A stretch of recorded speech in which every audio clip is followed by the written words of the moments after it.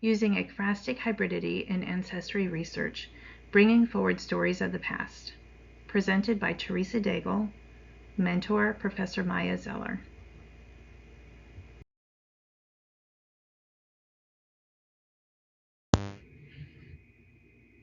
With the advent of Ancestry.com and shows like Finding Your Roots with Henry Louis Gates, Jr., people are looking to their past to find connections with who they are today. The Ekphrastic approach, which is making poetry from visual art, lends the ability to interact with such findings in a way that is both organic and thought-provoking. This is reflected in poetic works by Dr. Jane Wong. Her poem, After Preparing the Altar, The Ghosts Feast Feverishly, connects her familiar immigrant history to images of food and hunger. This poem was depicted in the Frye Art Museum in 2017 in an exhibit that contained altars to Wong's family, photos, and other images from her poem. Wong authored the piece after visiting her mother's village in Hong Kong. As Wong and many others in my own poetic lineage demonstrate, there truly is a connection between what we write and how we perceive our own maternal histories. My project builds on this lineage, featuring poetics that allow connection with my mother's childhood. She was one of 13 children who grew up in New York City in the 1950s in an orphanage after being surrendered by her own mother following the tragic death of her father and the fire that burned down their apartment building. Using ekphrasis and family archives to tell a story that includes original poetry, I will share a medium and its history that inspired my work. As Wong writes in After Preparing the Altar, The Ghosts Feast Feverishly, "Little girl, don't forget."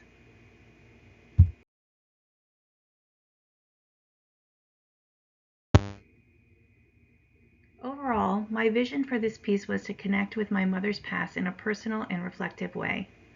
Many children were surrendered to orphanages during the 1950s due to their parents being unable to care for them either financially or mentally. This left these children to basically fend for themselves in an environment that wasn't necessarily kind or understanding. Many families were broken apart as at that time girls were sent to the female-only orphanage and boys were sent to the male-only orphanage. Many of these families lost touch with each other and their sense of the word home completely changed. As I was compiling historical information, I knew I wanted my piece to read like a book. I wanted to connect to the reader in a personal way. I also knew that music combined with the written word allowed for sensory development to move the story along in a more emotional way. I wanted each page to melt into the next to show a connection between the images and the poetry.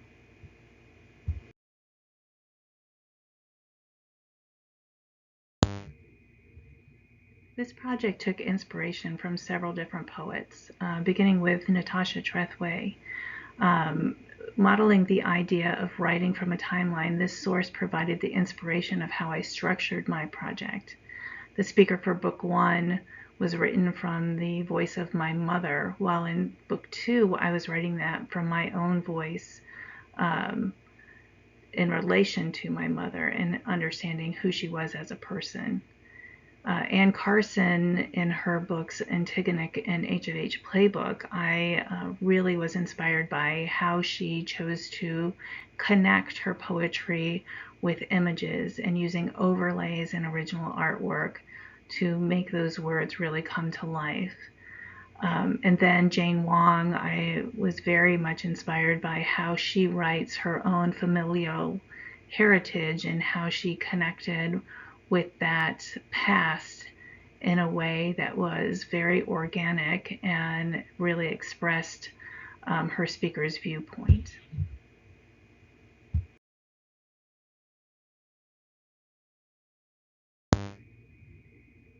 As you watch the following video, I invite you to reflect on how the images are combined with the poem.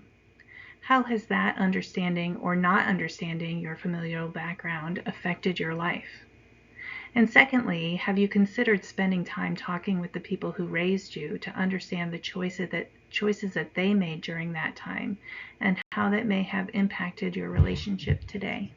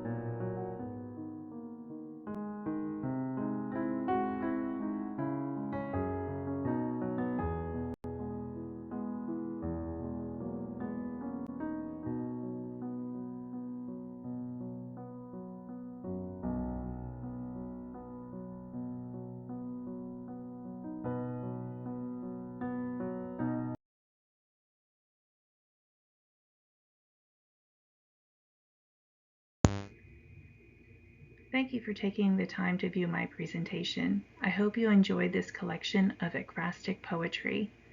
Please feel free to leave any questions or comments below, and I will be happy to respond in a timely manner.